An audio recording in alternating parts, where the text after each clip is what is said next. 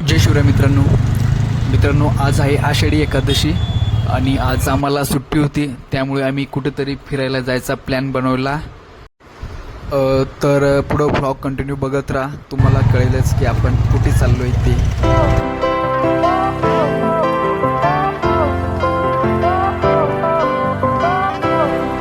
तर मित्रांनो, रस्त्याने आपल्याला विठ्ठलाच्या दर्शनासाठी जाताना अनेक असे भाविक भक्त दिसतील.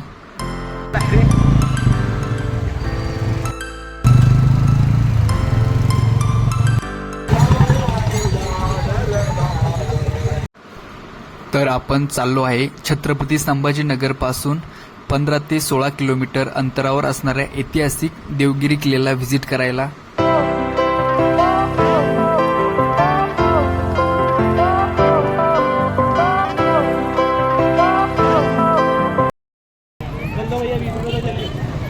आपण आलेलो आहोत आता किल्ल्याच्या पायथ्याला आणि इथं पार्किंग आहे, जिथे आपण आपली बाईक पार्क करू शकतो.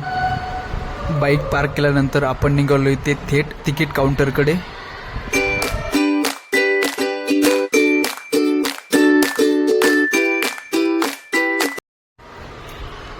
तर आता आपण येऊन पोहोचलोय तिकीट घराजवळ, जिथे आपल्याला भारतीय लोकांसाठी तिकिटाचा जो रेट आहे तो आहे 25 रुपये पर पर्सन, आणि जे की फॉरेनर आहे त्यांच्यासाठी थोडे जास्त आहे, म्हणजे फॉरेनरसाठी 300 रुपये पर पर्सन आहे.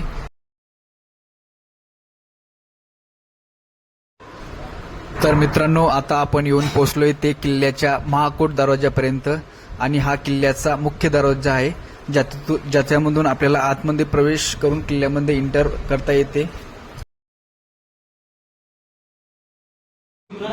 किल्ल्यामध्ये प्रवेश करण्यासाठी महाकोट हा एकच दरवाजा आहे. या किल्ल्याला दुसरा कोणताही दरवाजा नाही. मित्रांनो, देवगिरी हा महाराष्ट्रातील असा एकमेव किल्ला होतो की ज्या किल्ल्याला युद्धामध्ये समोरासमोर जिंकणे अशक्य होते. हा किल्ला जिंकला होता तो केवळ आणि केवळ फंद फितुरीने आणि धोक्याने. या किल्ल्याची उंची आहे ती जवळपास 3000 फूट. हा किल्ला दौलताबाद गावाजवळ स्थित आहे. हा किल्ला जवळपास 12व्या शतकात बांधण्यात आला होता. तर या किल्ल्याच्या इतिहासाकडे एकदा नजर टाकूया. सोर्स आहे गुगल. बदामीचे चालुक्य, कल्याणीचे चालुक्य, मौर्य, शुंग, सातवाहन, हल, शक, क्षत्रप, सातकर्णी, वाकाटक, नल, विंध्यसेना, प्रवरसेना, राष्ट्रकूट यांच्यानंतर 12व्या शतकाच्या शेवटच्या 25 वर्षात देवगिरीचा यादवांचा उदय खानदेश परिसरात झाला. पहिल्या सेऊणचंद्राच्या सेऊण देशात म्हणजेच आत्ताचा खानदेश, नाशिक ते देवगिरीचाही समावेश होता.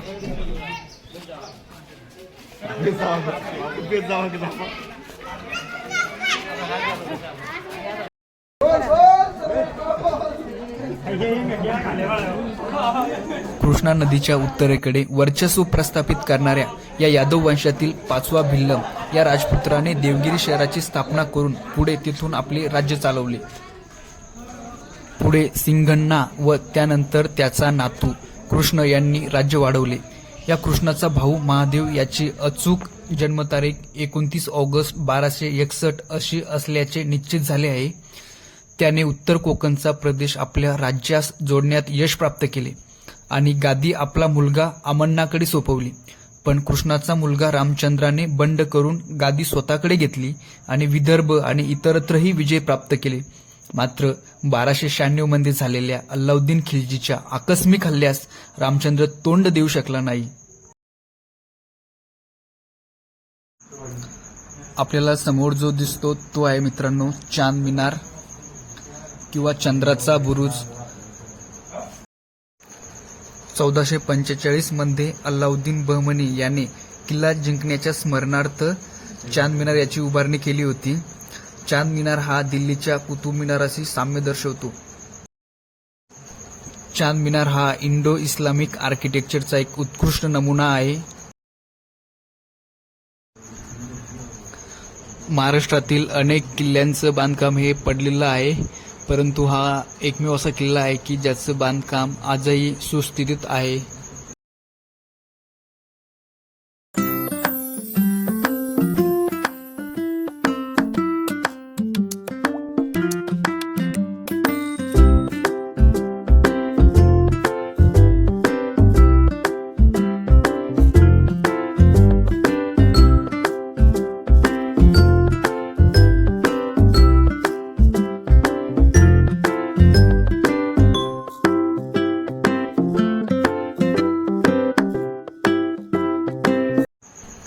किल्ल्याचे दरवाजे आणि भिंती आज ज्या प्रकारे सुस्थितीत आहे त्यावरून आपल्याला किल्ल्याच्या मजबूततेचा अंदाज येतो. पावसाळा सुरू होऊन नुकतेच काही दिवस झाले आहे, त्यामुळे संपूर्ण किल्ला हा हिरवळीने नटलेला आहे.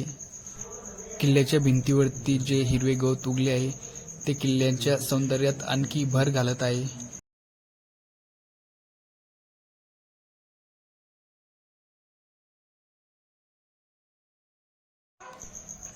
आज सुट्टीचा दिवस होता, त्यामुळे किल्ल्यावरती खूप गर्दी झालेली आहे. तुम्हाला लहान मुलापासून ते म्हाताऱ्या माणसापर्यंत सगळ्या प्रकारची लोके किल्ल्यावरती भेटतील. तर मित्रांनो, आता आमचा अर्धा किल्ला चढून झालाय आणि आपल्याला इथे गार्डनमध्ये काही मावश्या दिसल्या, ज्या की गार्डनमधलं तण काढत होत्या.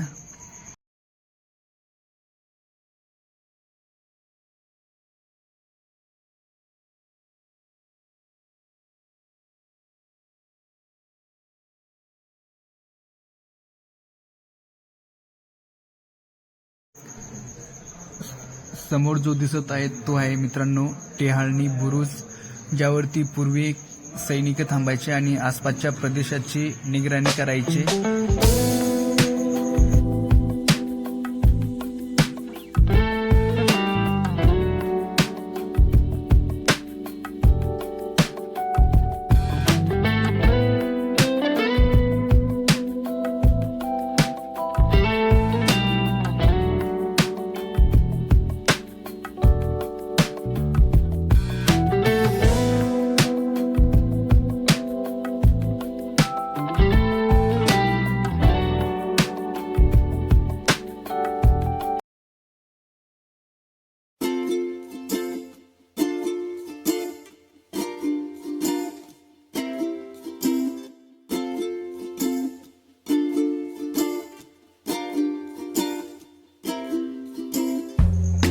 मित्रांनो, ही आहे मेंढा तोफ, जी की पंचधातूपासून बनलेली आहे.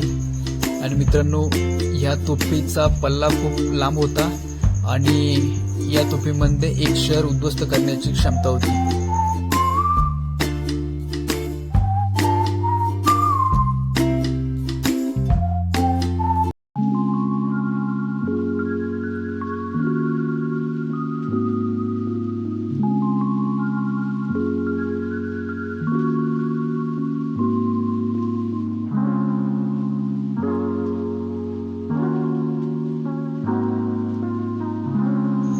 मित्रांनो, आता आपण अशा ठिकाणी येऊन पोहोचलो आहे, जे ठिकाण म्हणजे किल्ल्याच्या सुरक्षिततेचा एक मुख्य भाग होता. आपण आलेलो आहे आता इथे एका लाकडी पुलावरती. पूर्वी येथे जो ब्रिज होता मित्रांनो, तो जनावरांच्या कातडीपासून आणि लाकडापासून बनलेला होता.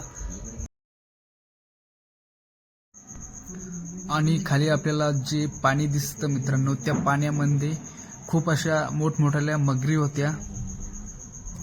जेव्हा कोणी सैन्य किल्ल्यावरती आक्रमण करायचे आणि ते जेव्हा या ब्रिजवरती यायचे, तेव्हा हा ब्रिज वर खेचला जायचा आणि जे सैनिक होते ते खाली पाण्यात पडायचे आणि ते मगरींचा शिकार बनायचे.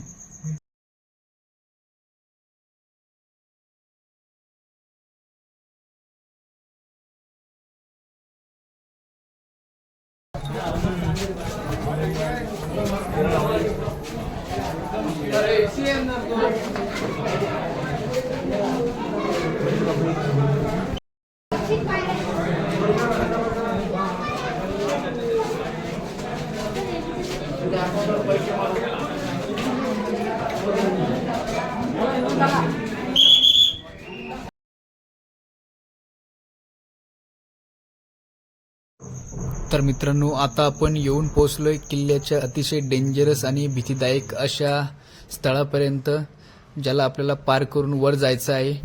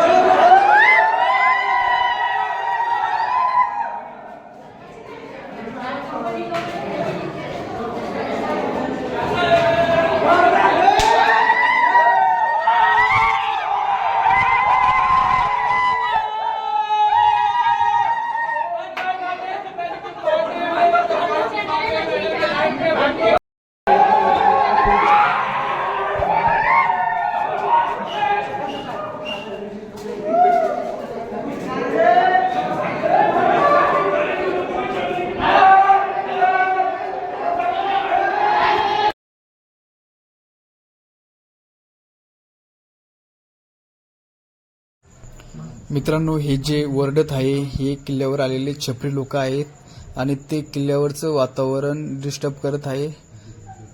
अशा लोकांना किल्ल्यावरती येण्यापासून खालीच थांबवलं गेलं पाहिजे, कारण हे किल्ल्यावरती येऊन नुसता गर्दा गोंधळ करतात.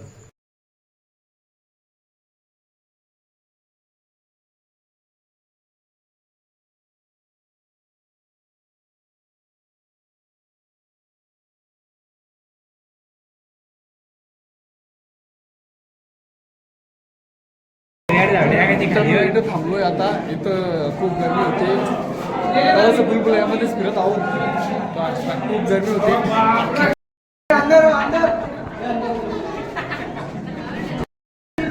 चला पाहुणे मंडळी.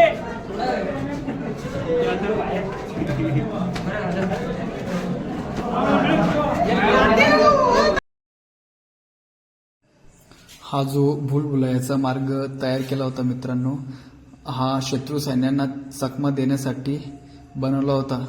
जेव्हा शत्रू सैन्य या भूलभुलैयामध्ये यायचं तेव्हा ते मध्ये आल्यानंतर त्यांना मुख्य रस्ता कोणता हे कळायचं नाही आणि ते आपापसातच लढून मारायचे किंवा आतमध्ये श्वास न भेटल्यामुळे त्यांचा मृत्यू व्हायचा. आता या रस्त्यामध्ये काही चेंजेस केले आहे, त्यामुळे इथे जास्त अंधार नाही आणि श्वास घ्यायलाही काही प्रॉब्लेम येत नाही. पण पूर्वी इथे खूप अंधार असायचा.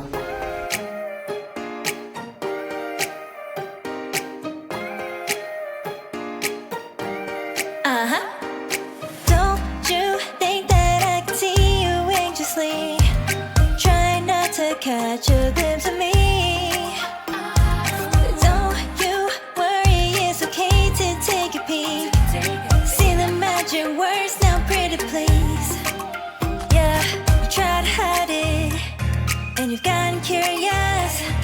So let your feelings out, stop playing dumb. 'Cause you know I am the fire, I got a feeling, oh. Don't you wanna come a little closer? Fillet, fillet, fillet. Be may, be may. Those lips in your eyes, I'll trade it with mine. Is now or never. I'm tired of guessing, so don't you wanna come a little closer? Why are you playing cool? Just tell me what you're gonna do, boy. Take my hands, draw me. तर मित्रांनो, आपण थोडं अजून पुढं चालत गेलं तर आपण किल्ल्याच्या टॉपला पोहोचू. आणि मित्रांनो, इथून आपण आसपासचा असा सुंदर निसर्गरम्य वातावरण बघू शकतो.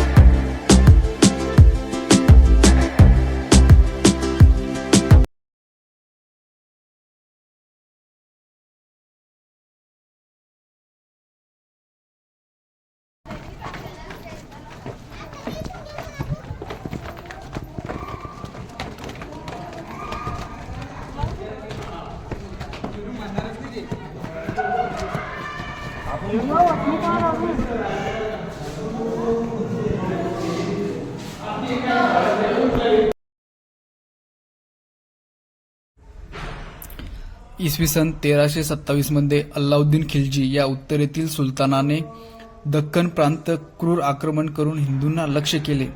देवगिरीच्या यादवांनी मोठा कठीण लढा दिला. अनेक लढाया यादव जिंकले, पण यादवांच्या लढाऊ बाण्यामुळे अल्लाउद्दीन खिलजीला ही मोहीम सोडून द्यावी लागली. तरी किल्ला सोडला, पण क्रूर मुस्लिम आक्रमकांनी महाराष्ट्राची संपत्ती लुटून नेली. सेनापती मलिक कफूर याने अल्लाउद्दीनचे काम पुढे चालू ठेवले आणि इसवी सन 1310 मध्ये यादवांची सत्ता लयाला गेली. अल्लाउद्दीनचे अनुकरण मुहम्मद बिन तुघलक या दिल्लीच्या सुलतानाने करून आपली सत्ता वाढविण्यासाठी दक्षिणेतील मेंदूरपर्यंत आक्रमणे केली. 1326 मध्ये मुहम्मद बिन तुघलक या दिल्लीच्या सुलतानाने आपली राजधानी देवगिरीवर आणली व देवगिरीचे नाव दौलताबाद केले. दिल्लीहून आपली राजधानी दौलताबादेस आणण्याचा त्याचा प्रयत्न असफल झाला. ही राजधानी परत दिल्लीला न्यावी लागली. राजधानीचे शहर म्हणून देवगिरीला एक वेगळी ओळख देण्याचा प्रयत्न मुहम्मद तुघलकाच्या काळामध्ये झाला. मुहम्मद बिन तुघलक परत गेल्यावर किल्ल्याचे नाव पूर्ववतपणे देवगिरी झाले. देवगिरी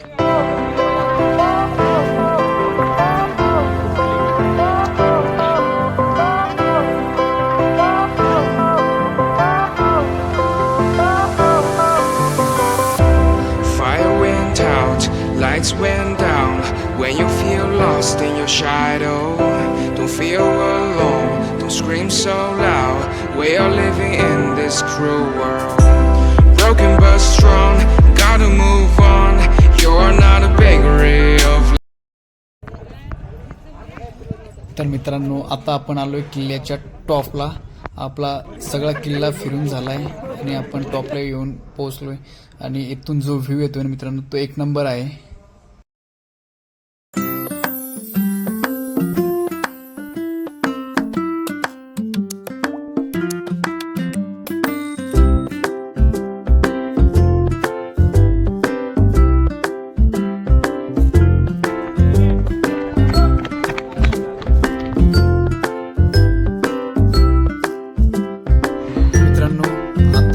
किल्ला बघून झालाय आणि आता वाजले 6 म्हणजे किल्ल्याचा दरवाजा बंद होणार आहे. त्यासाठी आपल्याला लवकर खाली जायचंय.